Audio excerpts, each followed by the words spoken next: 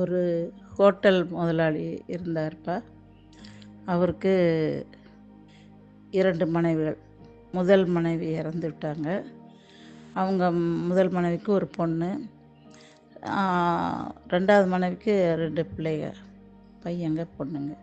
கொஞ்ச நாளில் அந்த ஹோட்டல்காரர் ஏதோ ஒரு ஹார்ட் அட்டாக் வந்து இறந்துட்டார்.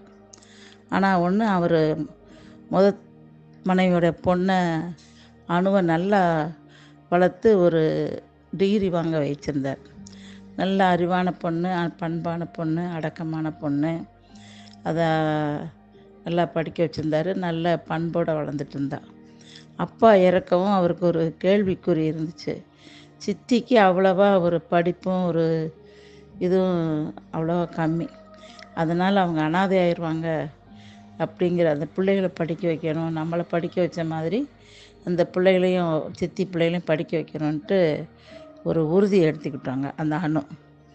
உடனே அவர் அந்த பிகாம் படிச்சிருந்தா தான் அவளுக்கு போல்டாகவும் தைரியமாகவும் பேச இருந்ததுனாலும், இயற்கையாகவே அவளுக்கு ஒரு அன்பு, பண்பு, அடக்கம், அறிவு, ஒரு ஞானம் அவ்வளோவெல்லாம் இருந்ததுனால தைரியமாக அந்த ஹோட்டல் ஒரு எடுத்து செய்ய அவளுக்கு ஒரு முடிவு பண்ணிக்கிட்டாள்.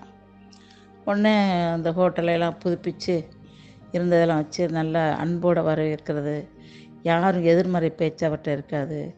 அழகு, ஒரு எப்போ பார்த்தாலும் அமைதி, புன்முறுவலோட, அந்த முகத்தில் ஒரு அழகு, புன்முறுவல், அடக்கம், பண்பு, யாரையும் அழகாக பேசி வரவேற்கிறது. அதே மாதிரி வயசான தொழிலாளர்களுக்கும் ஏழை மக்களுக்கும் ஒரு சில சலுகைகள் கொடுத்தாங்க. அதே மாதிரி யாருக்கும் எல்லோரையும் ஒரே மாதிரி பார்த்து நல்லா செஞ்சுட்டு இருந்தாங்க. அங்கே அவங்களுக்கு பேர் இருந்துச்சு, அந்த ஹோட்டலுக்கு மதிப்பு இருந்துச்சு அந்த ஊரில். உடனே அமைச்சரவங்களாம் ஒரு நாள் பார்த்தாங்க. அப்போ பெருமைப்பட்டு ஹோட்டல் எப்படி நடக்குதுன்னு அமைச்சருக்கு ஒரு பார்வை இருந்துச்சு. அவர் வரும்போது ஒரு 10 பேரை கூப்பிட்டு வந்தார். கூப்பிட்டு வரவும் அவங்களுக்கு ஒரு மரியாதைக்கு அணு சாப்பிட சொல்லி, அதாவது ஹோட்டலில் உணவை கொடுத்தாங்க. அப்போ அவர் என்ன செஞ்சார், எல்லாருக்கும் 10 பேருக்கும் நல்லா சாப்பாடெல்லாம் சாப்பிட்டு போட்டுட்டு போகும்போது அவர் என்ன செஞ்சாருன்னா, அவங்க சாப்பிட்ட அந்த தொகைக்கு மேலே ஏதோ எக்கச்சக்கமான பணம் கொடுத்தார். உடனே அந்த அணு எனக்கு எதுவுமே வேணாம், இந்த கதைக்கு பேர்ப்பா அன்று மலர்ந்த தாமரை போல அப்படின்னு கதை. இப்போ இந்த பாதி கதை தொடர்ந்து சொல்கிறேன். அதாவது மந்திரி நிறைய காசு மேற்கொண்டு கொடுக்கவும், அது வேணும், அந்த அவங்க சாப்பிட்ட அந்த கணக்கு மட்டும் தொகைக்கு மட்டும் கொடுத்தால் போதும் என்று யார் வந்தாலும் சரி அந்த நேர்மையை அது கரெக்டாக சொல்லிவிட்டு அந்த மந்திரி ஆச்சரியப்பட்டு போயிட்டார். ஒரு பேரும் அவளுக்கு கிடச்சிது. பிறகு அந்த மற்றவங்கள உதவி செய்கிறது, சலுகை செய்கிறது, தொழிலாளர்கள்லாம் பார்த்திங்கன்னா தங்க கூட விட்டுருந்தா.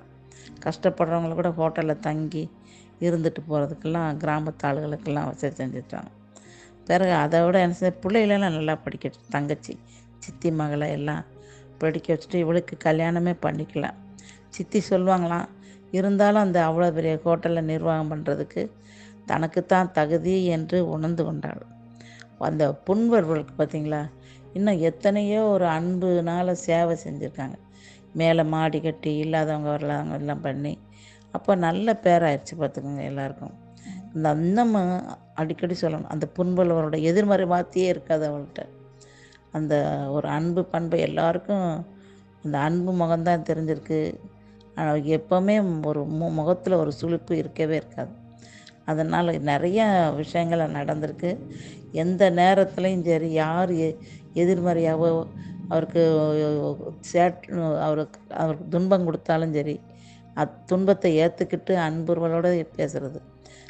அன்று மலர்ந்த தாமரை போல் சூரியன் முடித்து தாமரை மலர்ந்தது ஃப்ரெஷ்ஷாக எப்படி இருக்குமோ அப்படி ஒரு அழகான ஒரு முகம் இருக்கும். அதாவது ராமர் நீ ஒரு பட்டத்தை ஏற்றுக்கல அப்படின்னு முதல் நாள் சொல்ல, மறுநாள் நீ காட்டுக்கு போய் 16 வருஷம் இருக்குன்னு சொல்லும்போது கூட ராமர் அன்று மலர்ந்த தாமரை போல் முகம் மலர்ந்து இருந்தாராம்.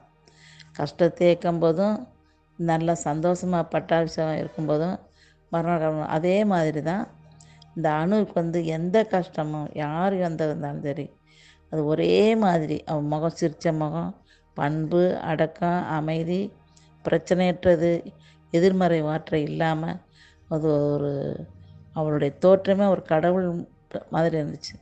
அதுக்கு வர்ணனை, அதாவது அன்று மலர்ந்த தாமரை போல் முகம் அப்படின்னு சொல்லி அதுக்கு பேர், அந்த கதைக்கு பேர்ப்பா.